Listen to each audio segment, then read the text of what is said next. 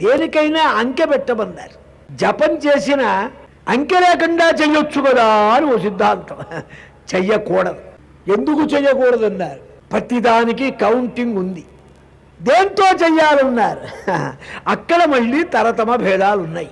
100 గాయత్రి చేశావు జపం, మంత్రం పోని. రుద్రాక్షతో చేశావు, 1000 చేసిన పుణ్యం. బంగారపు రుద్రాక్షతో చేశావు, 10,000 పుణ్యం. స్ఫటికములతో చేశావు, 1,00,000 పుణ్యం. పొగడములతో చేశావు, పొగడం రుద్రాక్ష స్ఫటికం బంగారం కలిపి చేస్తారు, చుడతారు, అనంతమైన ఫలం. ఇంట్లో చేసుకున్నావు, 10 గుణం. నీ ఇంట్లో తులసి కోట దగ్గర చేశావు, 100 రెట్లు. విష్ణువాలయంలో వెళ్ళి చేశావు, 1000 రెట్లు.